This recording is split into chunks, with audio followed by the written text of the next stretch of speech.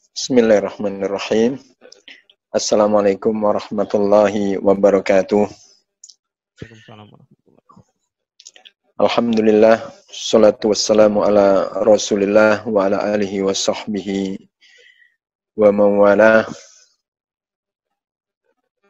Pertama, kita sama-sama bersyukur kepada Allah SWT, di mana dalam kondisi yang sulit ini, kita masih bisa dipertemukan dalam program yang sudah dicanangkan oleh sekolah yang kita cintai, HGS, yaitu acara rutin seperti ini, adalah merupakan kenikmatan di kondisi yang sulit ini, meskipun kita tidak bisa bertatap muka langsung, tapi masih kita bisa bertemu dengan media online seperti ini. Mudah-mudahan ini pun juga ada hikmahnya, paling tidak akan memperberat dan akan memperbesar nilai pahala di sisi Allah SWT, di mana dikatakan oleh para ulama, al-ajru ala qadril masyaqqah. Jadi pahala itu didapat sesuai dengan kadar kesulitan. Jadi semakin sulit untuk melakukan satu amal kebaikan, berarti semakin besar pahala yang diberikan oleh Allah SWT. Inilah paling tidak yang kita harap. Kemudian yang kedua, kita wajib bersyukur juga karena acara seperti ini itu adalah acara pokok sebenarnya dalam agenda rumah tangga kita, karena ini berbicara tentang pendidikan, dan memang diketahui pendidikan ini tujuannya adalah untuk ibadah kepada Allah. Berarti inilah merupakan hal yang sangat prinsip di aktivitas atau dalam program agenda rumah tangga kita. Maka acara seperti ini bagian daripada acara pokok. Nah, ini wajib kita bersyukur di mana kita bisa mengikuti acara seperti ini dengan baik.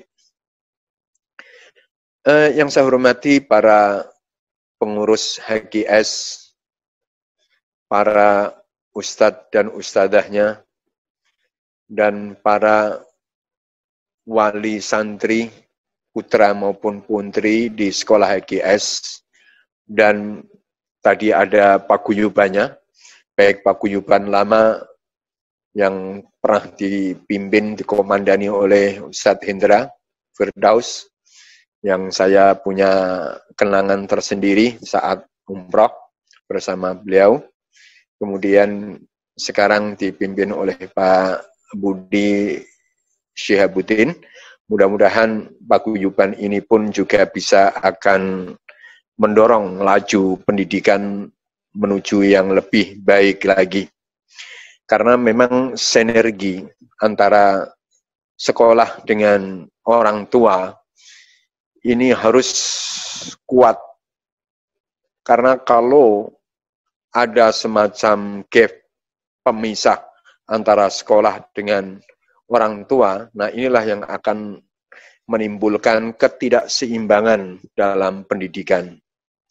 Baik dalam sisi capaian anak dan tujuan pendidikan itu sendiri, itu akan mengalami kendala-kendala yang besar. Maka sinergi ini perlu untuk terus dikembangkan, perlu untuk diperkuat, sehingga tujuan pendidikan ini akan bisa dicapai dengan optimal dan maksimal. Yang saya hormati semuanya peserta acara ini, tema yang saya dimintakan untuk disampaikan itu adalah belajar dari para ulama di dalam menuntut ilmu. Jadi kita belajar bagaimana ulama-ulama kita terdahulu itu di dalam menuntut ilmu. Ini adalah merupakan satu keniscayaan dalam perjalanan hidup kita.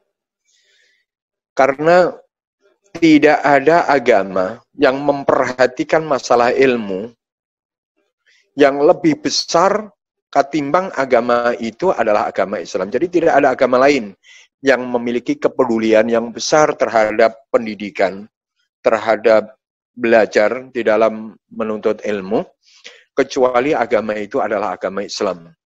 Bahkan ayat yang pertama kali diturunkan oleh Allah SWT kepada Rasulullah adalah ayat yang berbicara tentang wasilah untuk mendapatkan ilmu. Salah satu wasilah untuk mendapatkan ilmu dan wasilah yang terpenting itu adalah membaca, Iqra.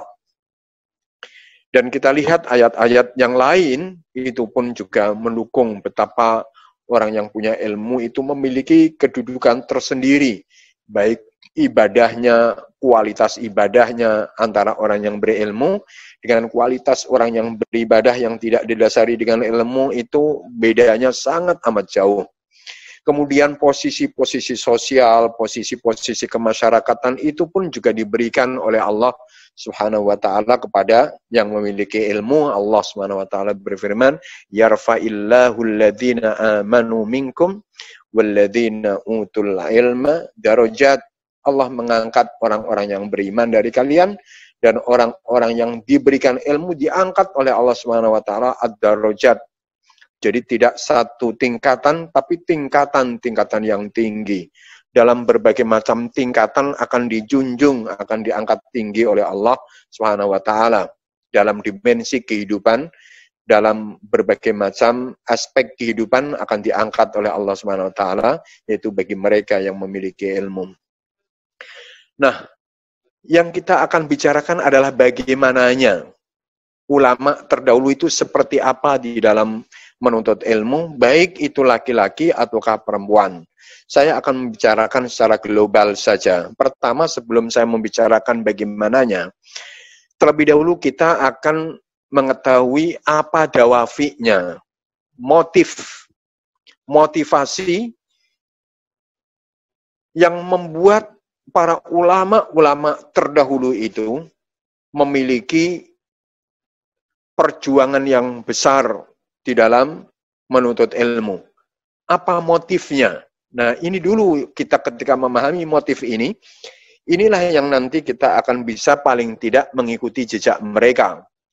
Karena biasanya orang bekerja, orang beraktivitas, itu sesuai dengan orientasi, itu sesuai dengan daya dorongnya, sesuai dengan penggeraknya. Jadi ketika daya dorong, ketika motivasinya itu adalah benar dan besar, maka tenaga, energi ini pun juga akan besar untuk sampai kepada motif, mencapai sasaran daripada motif tersebut. Nah, ternyata kalau kita perhatikan, kenapa kok ulama-ulama terdahulu itu bersungguh-sungguh di dalam bertolabul ilmi. Jadi kalau kita simpulkan, itu pertama adalah hidayatun nas. Jadi ulama kita ketika belajar dengan sungguh-sungguh, dengan perjuangan yang luar biasa, itu motif yang terintinya adalah hidayatun nas. Artinya ingin memberikan hidayah kepada manusia. Motif inilah yang membuat mereka itu memiliki perjuangan yang besar. Hidayatun nas, ingin agar supaya orang itu mendapatkan petunjuk. Kan tidak mungkin akan memberikan petunjuk kepada seseorang dengan petunjuk yang benar, kecuali dia memahami terlebih dahulu petunjuk tersebut, kemudian mengamalkan petunjuk tersebut untuk dirinya sendiri, kemudian baru setelah itu disampaikanlah kepada orang lain.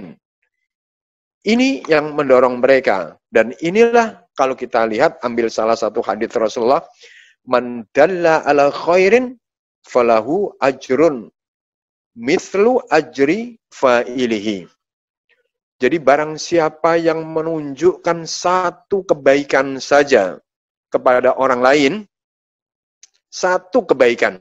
Bisa bayangkan kalau kita memiliki banyak kebaikan, kemudian ternyata kebaikan itu bisa kita transformasikan kepada orang lain, bisa kita sampaikan kepada orang lain, kemudian orang lain itu bisa menjalani kebaikan itu, maka selama kebaikan itu masih dilakukan oleh objek yang kita pernah menyampaikannya kepadanya, maka pahalanya itu akan tetap mengalir kepada kita. Nah, itulah yang mereka ingin dapatkan.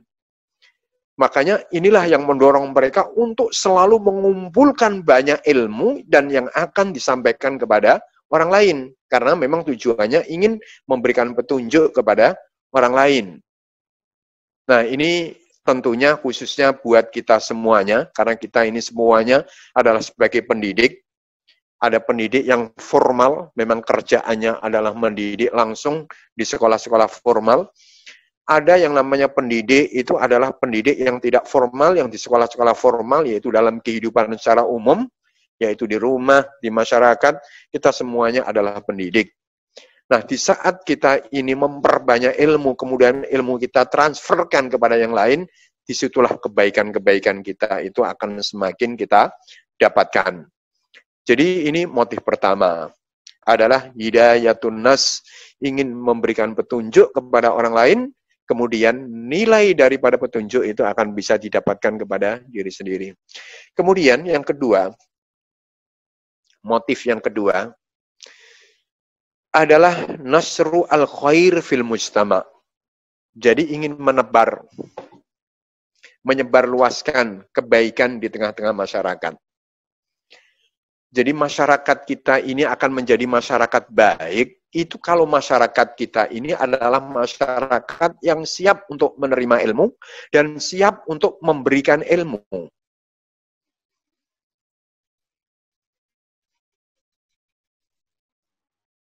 Jadi nasrul khair ini yang mendorong, mengatakan. Nanti kita akan melihat praktek konkretnya itu, gimana mereka, para ulama kita mencari ilmu.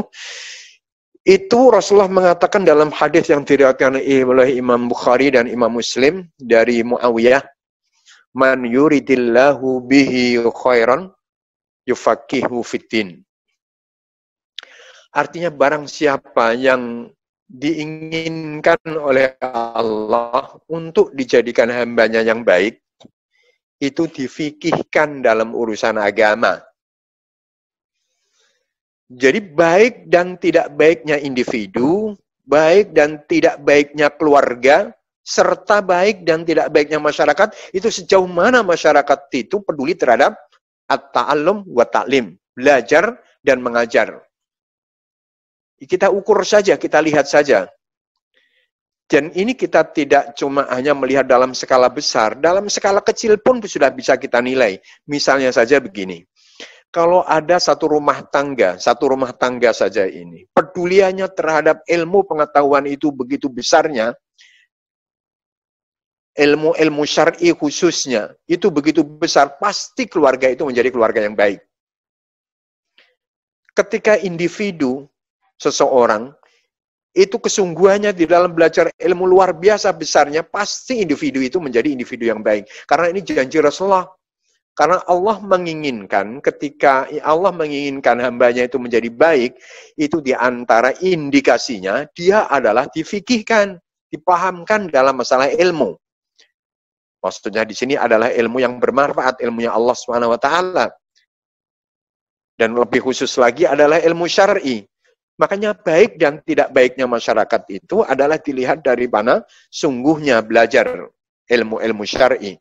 Dan ini pun juga kita lihat, ini tidak cuma hanya dalam sekelompok keluarga, tapi dalam satu perkumpulan, dalam satu jamaah, dalam satu organisasi, dalam satu ormas apapun saja, golongan apapun saja, komunitas apapun saja.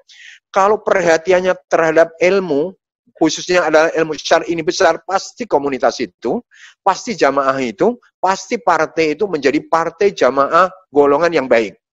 Tapi ketika sudah mulai menurun nilai-nilai keilmuannya, bahkan yang dominan itu adalah tidak ilmu, yang dominan itu adalah yang lainnya, tidak ilmu Allah SWT untuk bisa diterapkan, ketahuilah itulah awal sebuah kerusakan dalam satu ormas, awal dalam satu jamaah, awal dalam satu golongan. Jadi ini yang dulu diperhatikan oleh para ulama. Karena baik dan tidak baiknya masyarakat itu tergantung dengan dipahaminya ilmu-ilmu syar'i ini. Kemudian yang berikutnya, kenapa mereka melakukan seperti itu? Yaitu mereka menginginkan agar supaya amal kebaikannya itu setiap saat itu mengalir, meskipun mereka itu sudah dipanggil oleh Allah Subhanahu wa taala.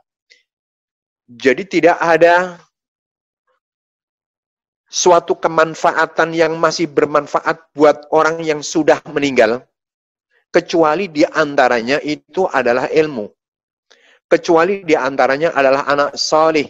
Kecuali di antaranya itu adalah harta yang diwakafkan di jalan Allah. 3 hal inilah yang akan selalu bermanfaat. Jadi kemanfaatannya itu akan senantiasa mengalir meskipun dia sudah kembali kepada Allah Subhanahu wa taala. Nah, ini yang membuat mereka itu semangat dalam berthalabul ilmi. Rasulullah mengatakan idza mata ibnu Adam in qata'a amaluhu illa min thalath. Ketika manusia ini sudah meninggal, terputus semuanya itu amal-amal kebaikan. Tapi masih ada kemanfaatan yang bisa mengalir kepadanya yang disebutkan oleh Rasulullah 3 hal, yaitu adalah pertama, waladin salihin yad'ulahu, anak salih yang senantiasa mendoakan kepadanya. Anak ini bisa anak secara biologis, bisa anak secara edukatif. Jadi bisa anak didik dan bisa anak biologis. Jadi anak salih. Rasulullah mengatakan waladin salih, anak salih yang dia telah pernah memberikan kontribusi kebaikan kepada anak tersebut. Bisa anak didik, bisa anak biologis. Ini yang akan berguna di saat setiap saat mendoakan kepada orang-orang tuanya, mendoakan kepada gurunya. Kemudian yang kedua yang disebutkan oleh Rasulullah itu adalah sedekah jariyah. Yang pertama sedekah jariyah adalah sedekah jariyah itu bisa diartikan wakaf. Jadi sedekah jariyah. Jariyah itu mengalir, yang pahalanya mengalir. Sedekah yang pahalanya mengalir bersamaan dengan masih berfungsinya harta yang disedekahkan. Berarti wakaf. Jadi semakin awet barang yang diwakafkan, berarti kemanfaatannya pun juga semakin awet. Pahalanya pun juga akan semakin lama mengalirnya. Makanya orang-orang Arab itu, kalau telah membantu masjid, itu kepingin agar supaya masjidnya itu tidak cepat rusak. Kalaulah misalnya masjidnya sudah tidak memadai lagi, karena jumlah penduduknya semakin banyak, maka sejak awal ketika membantu masjid, itu agar supaya pengembangannya ke depan itu tidak bisa merusak masjid yang telah dibangunnya. Jadi bangunan lama itu masih tetap berfungsi, kalaulah dikembangkan bisa ke atas, bisa ke samping dan ke kiri, samping kanan dan kiri. Nah itu karena pahalanya masih akan mengalir selama masjid itu masih berfungsi. Kemudian inilah yang ada kaitannya dengan yang kita tekuni, kita berada di tengah-tengahnya dan di dalamnya ini pendidikan, dunia pendidikan, yaitu adalah ilmun yuntafa'u bihi, ilmu yang bermanfaat ini yang pahalanya akan setiap saat mengalir. Itulah yang membuat mereka itu belajar dan ternyata belajarnya generasi terdahulu itu bukan untuk Islamologi saja, Islam untuk dijadikan sebagai ilmu pengetahuan untuk yang terpenting tahu, dijadikan bahan diskusi, tapi ilmu yang didapatkan oleh mereka itu nanti akan bisa ditransformasikan kepada orang lain. Nah, ini motif yang mendukung mereka. Nah, ini tentunya para bapak, para ibu, khususnya para bapak dan ibu guru, ini kalau dimiliki oleh kita semuanya, maka kita tidak pernah akan tinggal diam. Karena apa? Karena semakin banyak ilmu kita, berarti akan semakin banyak amal kita. Ketika semakin banyak amal yang kita, nah ini yang membuat mereka itu semangat, itu seperti itu. Ini adalah yang saya gambarkan saja. Nah karena inti permasalahannya adalah bagaimana kita bisa belajar dengan ulama-ulama terdahulu, kita perhatikan bersama-sama. Dulu, pembelajaran atau belajar dan mengajar, atau proses belajar, itu tidak seperti kita. Dulu belajar itu kan tidak ada sekolah formal sebagaimana yang kita jumpai sekarang. Dulu kan memang kalau boleh dikata, sekolah itu ya orang tua itu sendiri sebagai guru langsung buat anak-anaknya. Jadi suami itulah yang ra'in, wa huwa mas'ulun an ra'iyatihi, dulu seperti itu. Jadi yang mengajarkan ilmu itu kepada anggota keluarga, ya memang kepala keluarga itu sendiri. Makanya di saat Rasulullah Shallallahu Alaihi Wasallam itu melihat seseorang sahabat yang saat itu akan menikah, kemudian tidak punya harta yang akan dijadikan sebagai mahar buat calon istrinya, tapi ternyata sahabat itu punya Al-Quran, maka Rasulullah mengatakan, uzawi juga bima ma'aka minal Quran. Rasulullah sangat senang sekali ketika melihat sahabat ini sebenarnya memiliki satu nilai yang sangat besar, meskipun nikah dan mahar itu pada aslinya, mahar itu aslinya adalah harta benda, tetapi baru boleh ilmu itu diberikan ketika tidak punya harta. Tapi ini bagi Rasulullah sangat bernilai sekali. Makanya Rasulullah mengatakan, uzawi juga bima ma'aka minal Quran. Saya nikahkan kamu dengan calon istrimu, di mana maharnya adalah Al-Quran yang kamu hafal. Al-Quran yang kamu pahami maknanya. Berarti di sini suami dituntut oleh Rasulullah untuk mengajarkan Al-Qur'annya kepada istri, dan ini merupakan mahar buat istrinya. Berarti satu kewajiban yang harus disampaikan. Nah, ini salah satu contoh saja pendidikan dulu seperti itu. Tapi kita lihat, meskipun mereka itu belajar di rumah, tetapi hasil lulusannya itu mengalahkan mereka-mereka yang lulus dari perguruan tinggi ternama di dalam pengamalan Islam. Nah, karena memang kesungguhannya dan keseriusannya dan keikhlasannya dalam mengajar, ini tidak kita jumpai di tempat-tempat yang lain. Jadi kita lihat bagaimana mereka itu belajar. Contoh saja Aisyah radhiyallahu anha. Ini kita ambilkan seorang wanita.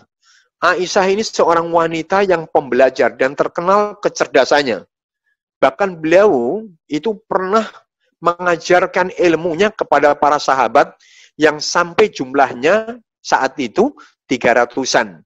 Jadi 290 berapa sampai hampir 300 sahabat. Ini adalah lulusan Aisyah radhiyallahu anha. Jadi Aisyah pernah mengajarkan ilmunya kepada para sahabat laki-laki ini. Sahabat laki-laki belajarnya dari Aisyah, tapi belajarnya adalah min wara'i hijab, yaitu di belakang satir, di balik satir, tidak bertemu dengan langsung. Karena bahkan ketika Aisyah itu ketika ditanya oleh salah seorang sahabat laki-laki, tanya saja kamu dengan kepada saya, baik Rasulullah SAW itu masih hidup maupun Rasulullah sudah meninggal dunia. Saya ini adalah ummukum, ibu kalian. Jadi tanya saja, jangan malu. Itu katanya Aisyah radhiyallahu anhu. Dan bahkan Aisyah sendiri ini ketika belajar, pembelajarnya itu selalu menyaksikan apa yang dilakukan oleh Rasulullah. Karena sumber daripada segala sumber ilmu itu kan Rasulullah Shallallahu Alaihi Wasallam, yang datangnya adalah wahyu dari Allah. Makanya kalau kita lihat Aisyah itu setiap saat itu melihat ibadah-ibadah yang khusus dilakukan oleh Rasulullah di tempat yang tidak diketahui oleh sahabat-sahabat yang lain. Makanya Aisyah pernah mengatakan, saya tidak pernah melihat. Berarti pembelajar Aisyah. Saya tidak pernah melihat Rasulullah Shallallahu Alaihi Wasallam baik itu di dalam bulan Ramadan maupun di luar bulan Ramadan. Berarti gerak-gerik apa yang dilakukan oleh Rasulullah, karena Rasulullah itu sumber ilmu, baik perbuatan maupun ucapannya itu adalah merupakan ilmu, itu dilihat dan disaksikan oleh Aisyah. Kemudian lagi kalau kita lihat lagi bahwasanya bangun di malam hari untuk mendapatkan Lailatul Qadar, itu pahalanya kan sangat amat besar. Tapi Aisyah ini nggak tahu apa yang dilakukan di saat ingin mendapatkan malam kemuliaan Lailatul Qadar. Sehingga akhirnya Aisyah datang kepada Rasulullah, ya Rasulullah, kalau saya ini menunggu untuk bisa mendapatkan malam Lailatul Qadar dengan cara beribadah, itu ucapan apa, bacaan apa yang saya baca ya Rasulullah. Jadi pembelajar, tanya, apalagi kalau diajarkan secara langsung, ini tanya beliau. Maka Rasulullah mengatakan, kuli, Allahumma innaka afuun, tuhibbul afwa, fa'fu anni. Ini yang diajarkan oleh Rasulullah. Jadi tanya seperti itu. Kemudian lagi, Aisyah pernah mengatakan kepada Rasulullah, Wahai Rasulullah, kalau saya ini seandainya ziarah kubur, maka apa yang saya baca? Maka Rasulullah mengajari kepada Aisyah bacaan di saat menziarahi kubur. Kemudian lagi, kalau kita perhatikan banyak sahabat-sahabat lain itu bertanya langsung kepada Aisyah berkait tentang waktu yang diperbolehkan untuk mengusap al-khuf. Jadi sepatu slop. Jadi orang ketika bepergian atau tidak bepergian memakai sepatu slop yang menutupi mata kaki, itu kan diperbolehkan untuk diusap itu sepatunya sebagai pengganti membasuh kaki. Itu tidak ada yang tahu saat itu sahabat-sahabat laki-laki. Akhirnya sahabat-sahabat laki-laki ini datang kepada Aisyah bertanya berapa lama boleh mengusap sepatu slop ini, baik di dalam rumah, tidak bepergian, ataukah itu di dalam bepergian. Baru Aisyah menjelaskan kepada mereka. Makanya kalau kita melihat Aisyah ini adalah ustadzah bagi masyarakatnya saat itu. Tapi memang pembelajar di sini. Nah inilah yang perlu harus kita teruskan. Jadi apalagi ketika kita ini menjadi guru. Jadi menjadi guru itu tidak boleh tetap ilmu yang disampaikan kepada anaknya itu saja. Jadi artinya perlu dikembangkan ilmu itu yang pernah diajarkan. Makanya ketika kita pada itu diberikan jadwal, kita ketika ngajar diberikan jadwal, ternyata jadwalnya itu adalah jadwal yang tidak biasa kita ajarkan. Nah, ini menurut kita ini sebuah tantangan baru. Jadi kita siap untuk menerima di saat ada pergantian mata pelajaran. Meskipun kita tahu bahwasanya kita ini memiliki spesialis tertentu. Tapi ketika spesialis tertentu, misalnya jurusan syariah, itu kan sangat utuh. Banyak. Nah, bagaimana kadang-kadang orang cuma hanya menekuni fikih ibadah saja. Nah, kemudian suatu saat dia disuruh mengajar fikih, tapi tidak ada bab yang lain. Kadang-kadang ada yang mau, ada yang tidak. Tapi menurut kita sebagai guru, ini adalah merupakan tantangan untuk pengembangan ilmu pengetahuan. Jadi seperti itu, kalau perlu kita ini, untuk anak-anak SD, ini kan nggak perlu, itu spesialisasi tertentu, kan ilmunya masih ilmu berhitung, membaca, dan lain sebagainya. Ini adalah sebuah tantangan manakala kita selalu mengembangkan terus. Jadi apa yang setiap saat kita ini memiliki hal yang baru. Orang-orang barat itu dikatakan, ketika mengajarkan satu disiplin ilmu, itu ternyata yang disampaikan itu adalah sepertiga dari ilmu yang dikuasai. Jadi kalau diberikan tugas untuk menyampaikan satu permasalahan, itu yang tersampaikan cuma hanya sepertiganya, yang 2/3 itu belum sempat tersampaikan, artinya penguasaan terhadap sesuatu yang disampaikan. Penguasaannya begitu. Tapi kadang-kadang kan ada orang yang diperintahkan untuk menyampaikan satu tema, tapi penguasaannya terhadap tema itu belum menguasai. Sehingga nanti di tengah perjalanan yang mencari dari sana, dari sini. Jadi semestinya dalam satu hal kita harus memiliki penguasaan yang utuh, yang artinya kalau disampaikan secara utuh itu membutuhkan waktu yang lebih panjang lagi. Nah ini mungkin kalau kita lihat seperti itu contoh daripada Aisyah. Kemudian lagi kita contoh Zaid bin Thabit. Contoh dari Zaid bin Thabit ini, kita tahu semuanya. Zaid bin Thabit itu ketika terjadi perang Badar, itu umurnya baru 13 tahun. Jadi baru 13 tahun dan menurut aturan yang baru boleh perang itu ketika sudah balik. Jadi umurnya 15 tahunan atau sudah mimpi. Jadi ini beliau belum mimpi, umurnya baru 13, mau ikut perang. Nah, pada saat itu Rasulullah SAW menolaknya. Tapi ibunya yang saat itu datang dengan anaknya, ingin mempersembahkan anaknya agar supaya membantu Rasulullah dalam peperangan ini. Di saat ditolak oleh Rasulullah SAW, dia katakan di sini, qadimtu ila Rasul. Saya pernah datang kepada Rasulullah SAW. Anaknya, anaknya ini datang sendiri. Anaknya datang sendiri untuk ikut perang, kemudian ditolak oleh Rasulullah. Tapi suatu saat sesudah peperangan selesai, maka ibunya suatu saat ini datang kepada Rasulullah dengan membawa anaknya yang bernama Zaid bin Thabit ini. Kemudian kata ibunya, nah ini kita ambil pelajaran semuanya, ternyata ibu punya peran yang besar kan ini untuk mengantarkan anaknya menjadi ulama besar, menjadi ilmuwan. Jadi tidak cuma hanya kehendak anak itu sendiri, tapi ternyata peran orang tua dulu yang sangat dominan anaknya menjadi ulama-ulama besar. Ini ibunya datang mengantar, menuntun anaknya kepada Rasulullah.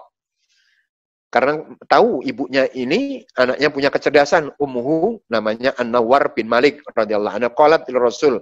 Dia berkata kepada Rasulullah ibunya, "Ya Nabi Allah, hadza ibni Zaid bin Thabit." Wahai Rasulullah, ini adalah anakku Zaid bin Thabit. Dia ini sekarang wahai Rasulullah yahfadu sab'ata asyara suratan. Dia sekarang ini sudah menghafal 17 surat. Kita tahu kan para bapak ya, saat itu kan Al-Qur'an belum turun semuanya. Ini ibunya, saya yakinlah sudah hafal Al-Qur'an. Nggak mungkin ini ibunya nggak hafal Al-Qur'an sebanyak 17 surat ini. Dari mana kok tahu kalau anaknya ini hafal, kalau ibunya itu tidak hafal? Kenapa? Karena Al-Quran saat itu kan belum dibukukan. Al-Quran saat itu kan masih dihafal di hati para sahabat. Jadi kalaulah tidak dikuasai oleh suaminya, itu Al-Quran, kemudian diajarkan kepada anaknya, ya tentu Al-Quran ini dikuasai oleh ibunya yang diajarkan oleh anaknya. Tapi kalau melihat pernyataannya sendiri, beliau mengatakan ibunya, dia telah hafal 17 surat, wahai Rasulullah, ini anak saya dari surat Al-Quran. Dan dia baca dengan benar.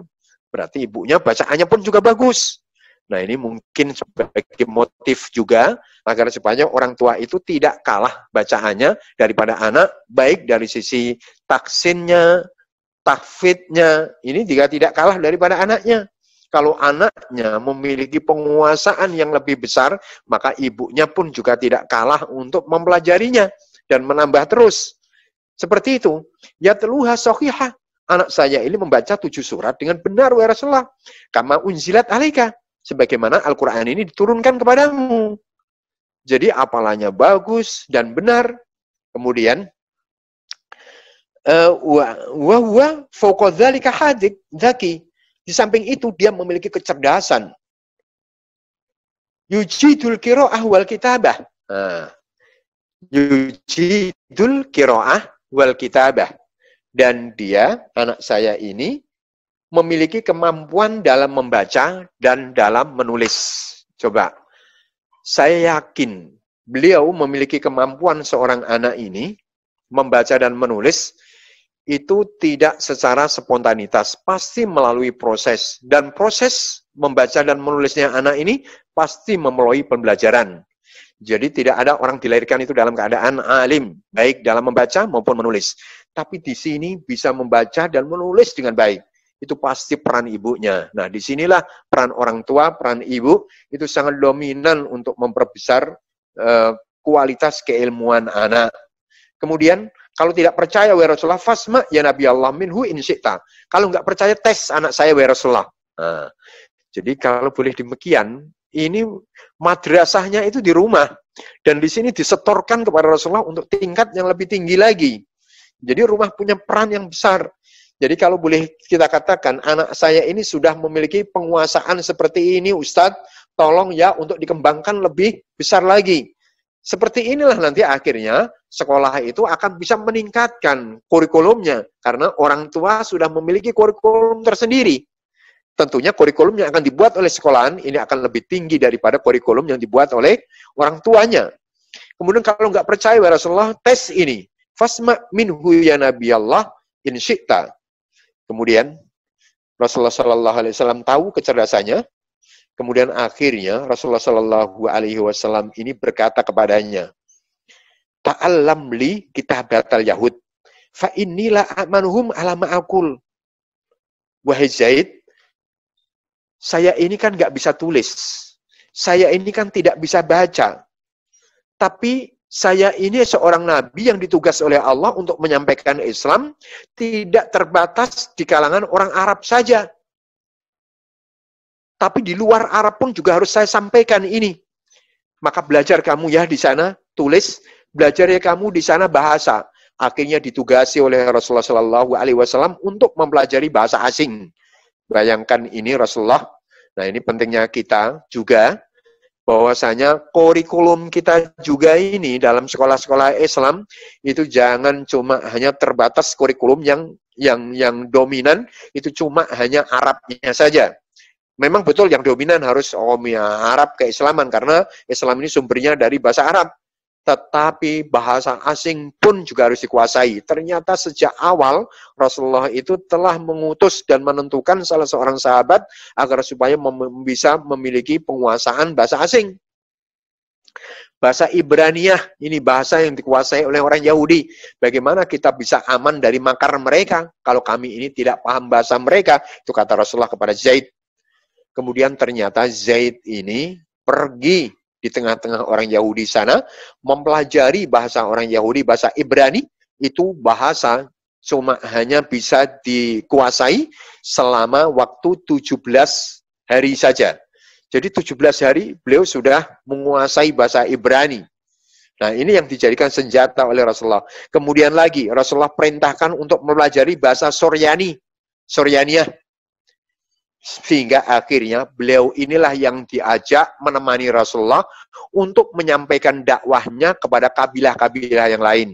Rasulullah menyampaikan dengan bahasa Al-Quran, dengan sunnahnya yang tentunya bahasa Arab, tapi penerjemahnya ke dalam bahasa Ibrani, penerjemahnya ke dalam bahasa Suryani, itu adalah Zaid bin Thabit.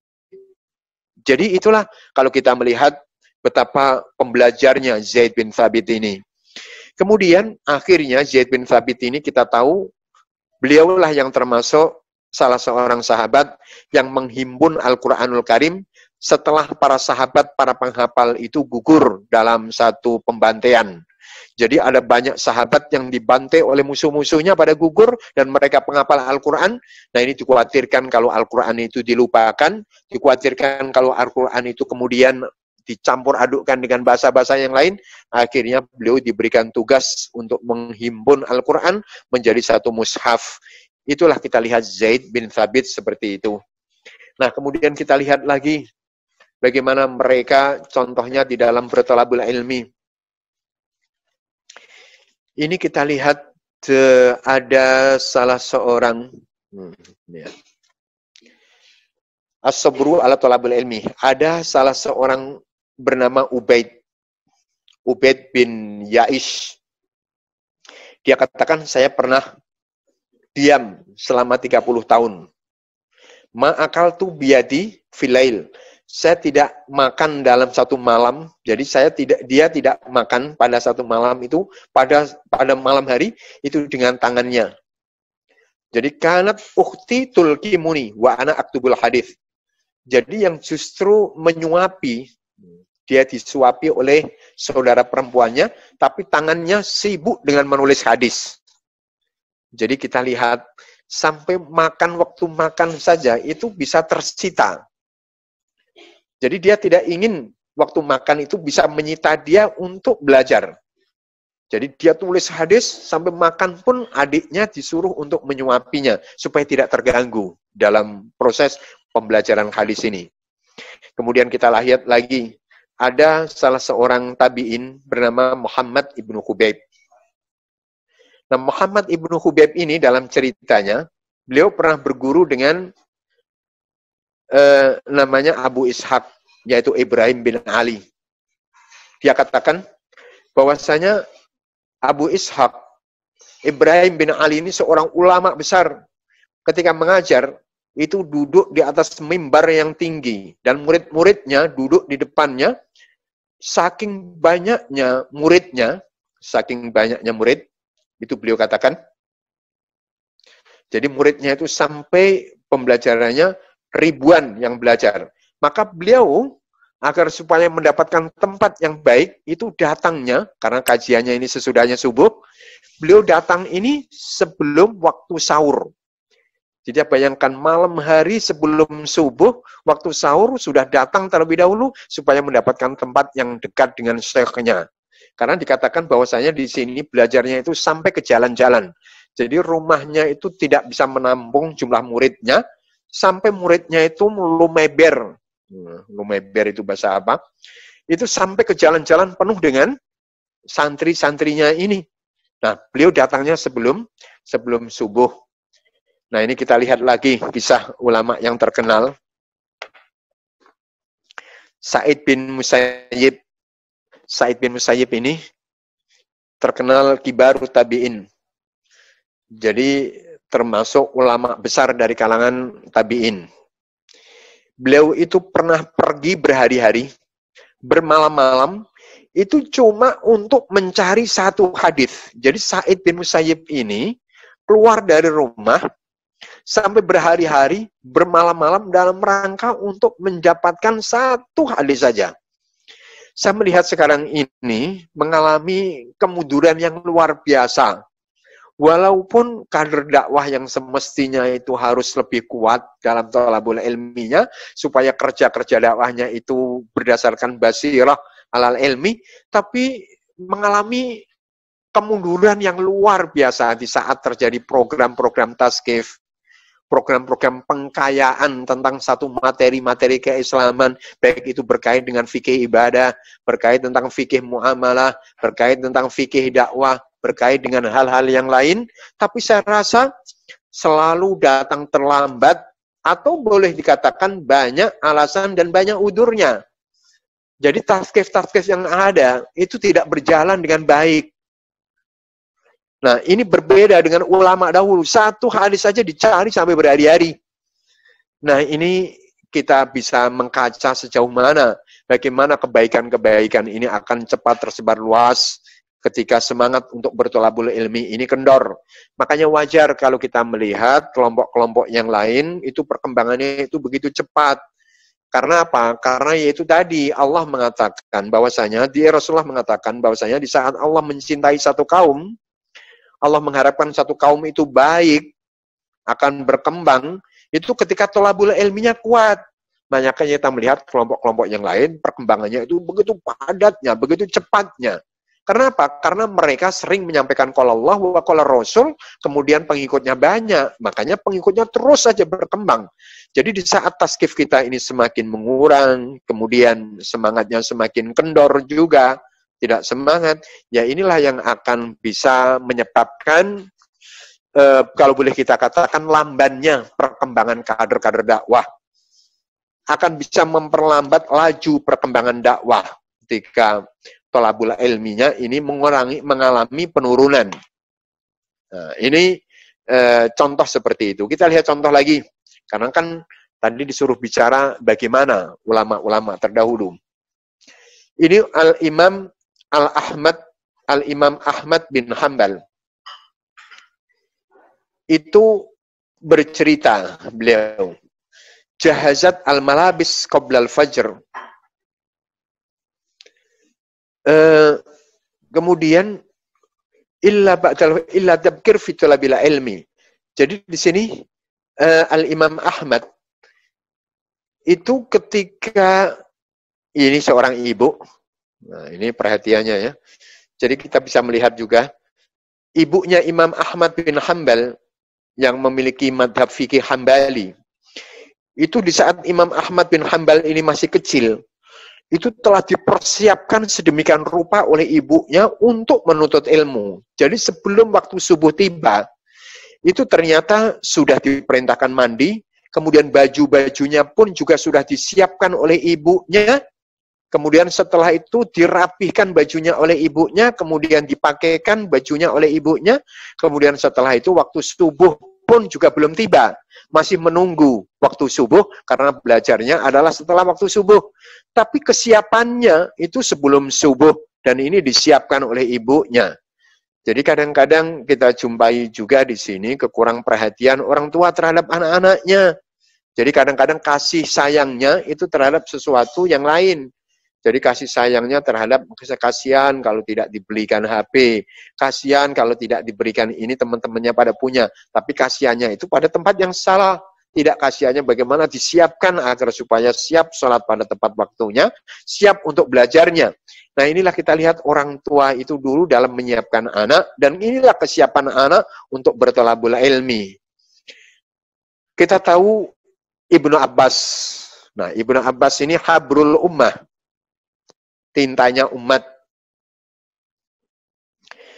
Ini Ibnu Abbas, salah seorang sahabat yang pernah didoakan oleh Rasulullah, Allahumma faqihu fiddin wa 'allimhu at-ta'wil. Ya Allah, fikihkan dia, pahamkan dalam urusan agama, dan ajarilah dia tafsir.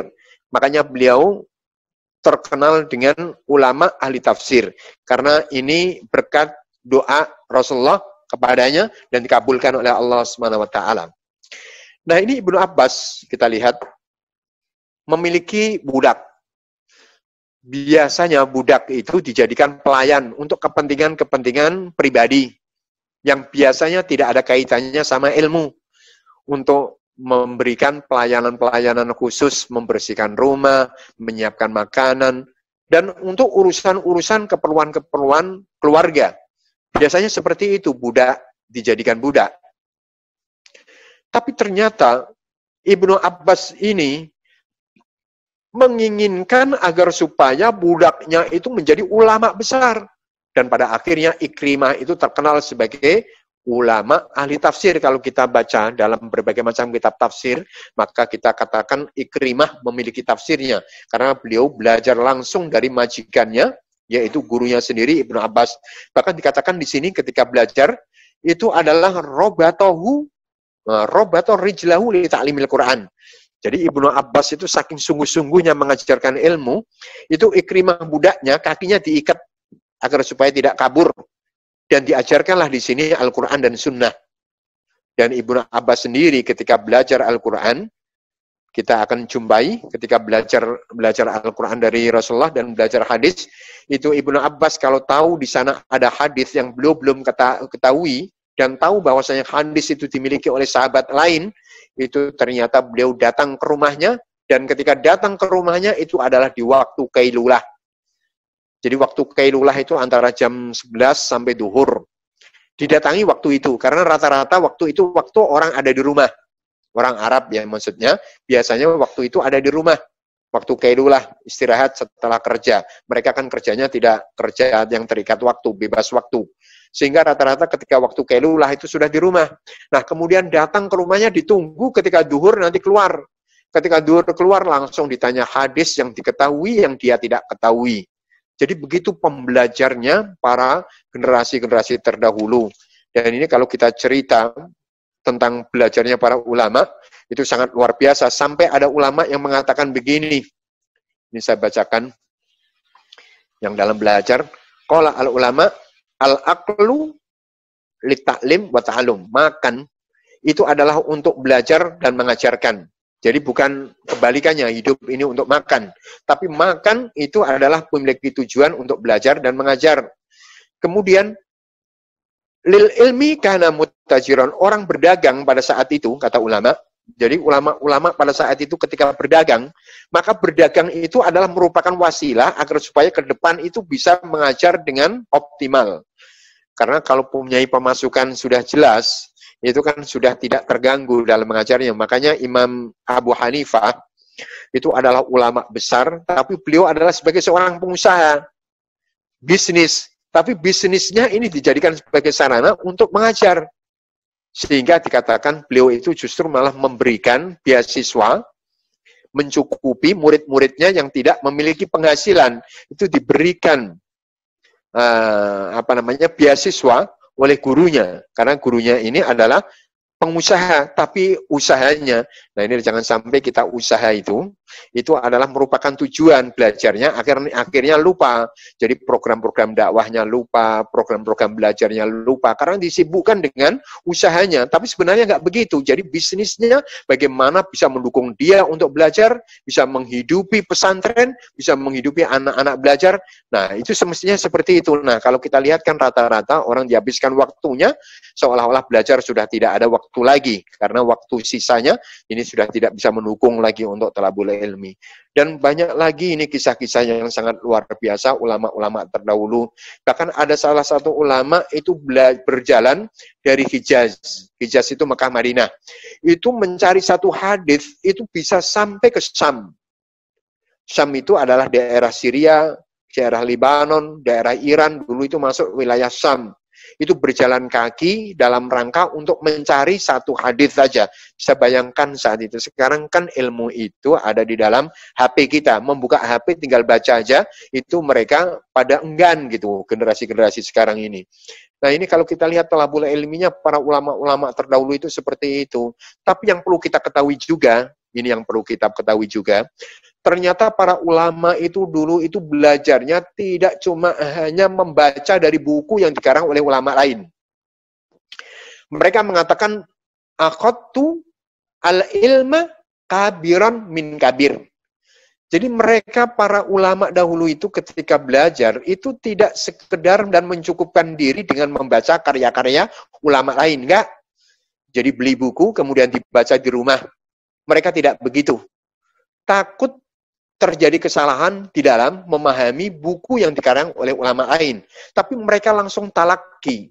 Mereka langsung datang langsung kepada pemilik bukunya dan belajar langsung agar supaya tidak terjadi kesalahan di dalam memahami karya ulama lain. Jadi sekarang kan rata-rata kurang semangatnya untuk menghadiri majelis ilmu. Karena kalau hadir di majelis ilmu, kalau ada sesuatu yang tidak bisa paham, kan bisa didiskusikan, bisa ditanyakan, seperti itu. Dan ternyata pembelajaran yang diberikan para ulama-ulama dahulu itu kan tidak sekedarnya transfer ilmu, tetapi ada maknawiyah tersendiri yang bisa ditanamkan oleh ustadznya. Dan inilah yang dulu didapatkan oleh para pencari ilmu pada saat itu, para penuntut ilmu di saat itu tidak ansih untuk mendapatkan ilmu, tetapi ingin mendapatkan ilmu yang benar dengan pemahaman yang benar, tapi di saat itu pun juga ingin belajar akhlak dari para ustadznya, ingin belajar nilai-nilai semangat dakwahnya, semangat-semangat keilmuannya, semangat-semangat untuk menyampaikan Islamnya, ini yang diambil dari mereka, tidak sekedar hanya mendapatkan ilmu saja. Jadi inilah sekilas tentang bagaimana generasi atau ulama-ulama kita belajar. Bahkan Imam Nawawi itu saking gandrungnya terhadap ilmu, itu sampai tidak memprioritaskan untuk menikah gitu ya. Saking asiknya belajar itu, sampai lupa menikah beliau, sehingga akhirnya kembali kepada Allah Subhanahu wa taala belum sampai menikah. Kan ada ulama-ulama itu ada ulama al-Uzzab aja buku judulnya yang ditulis oleh ulama-ulama sekarang. Jadi ulama-ulama yang belum sempat nikah karena mereka tersibukkan dengan ngajar, tersibukkan dengan belajar, tersibukkan dengan mengarang. Nah, karena seperti itulah mereka tidak sempat untuk memikirkan nikahnya. Bukan berarti mereka tidak mau nikah, tapi tidak sempat untuk memikirkan nikahnya karena saking semangatnya untuk belajar itu. Jadi mudah-mudahan kita meskipun sudah lulus perguruan tinggi, sudah menjadi kepala rumah tangga atau ibu rumah tangga, sudah menjadi pendidik, maka tetap harus kita tanamkan jiwa belajar, jiwa menuntut ilmu, kita teruskan kesempatan untuk membaca, untuk belajar, kita tingkatkan terus, meskipun belajar ini tidak secara formal, tapi kita tetap untuk terus meningkatkan kualitas keilmuan kita dan kuantitas keilmuan kita. Dan ini yang bisa saya sampaikan, mudah-mudahan ini sebagai motivasi buat saya secara pribadi dan guru-guru dan orang tua semuanya agar supaya kita saling berkompetisi di dalam menuntut ilmu ini. Ini yang bisa saya sampaikan, mudah-mudahan ada manfaatnya, dan saya tidak menyampaikannya secara rutin karena cuma hanya membaca semangatnya aja. Sebenarnya saya menulis banyak, bahkan ada salah seorang ulama saja ini yang saya tulis di sini, ini ketika menulis sejak menulis karangannya sejak habis malam ini sampai habis tintanya. Ketika habis tintanya itu masih semangat lagi, maka apa yang diapalkan itu adalah dibaca saat ketika sholat sunnahnya. Jadi akhirnya sholat, dengan sholat itu dia baca apalannya tadi itu ketika diapal pada awal malamnya. Sampai ada ulama begitu menulis hadisnya sampai waktu sahur, terus membagi waktu. Tentunya mereka juga orang yang paling tahu akan pembagian waktu. Wallahu a'lam bishawab, ini yang bisa saya sampaikan, mudah-mudahan ada manfaatnya. Aku qouli hadza, wassalamualaikum warahmatullahi wabarakatuh.